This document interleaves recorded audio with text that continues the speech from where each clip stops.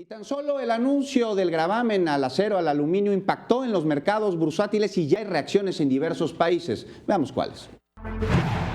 Luego del anuncio, los mercados cotizaron a la baja mientras algunos líderes mundiales amenazaron con tomar medidas de represalia. El índice Nikkei de Japón cayó a su nivel más bajo en más de 2 semanas. Cerró con una baja del 2.5%.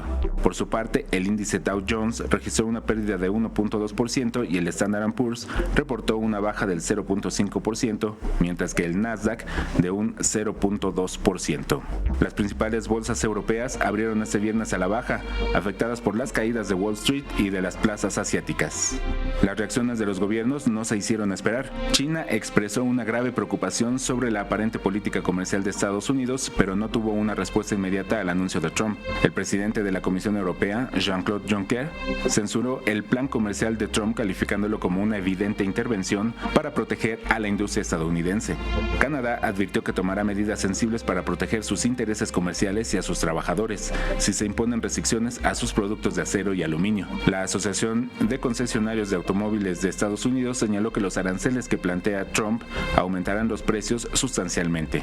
En defensa de su postura, el presidente Trump publicó en su cuenta de Twitter que cuando un país está perdiendo miles de millones de dólares en comercio con prácticamente todos los países con los que negocia, las guerras comerciales son buenas y fáciles de ganar. Alberto Álvarez Santana, 21 Noticias.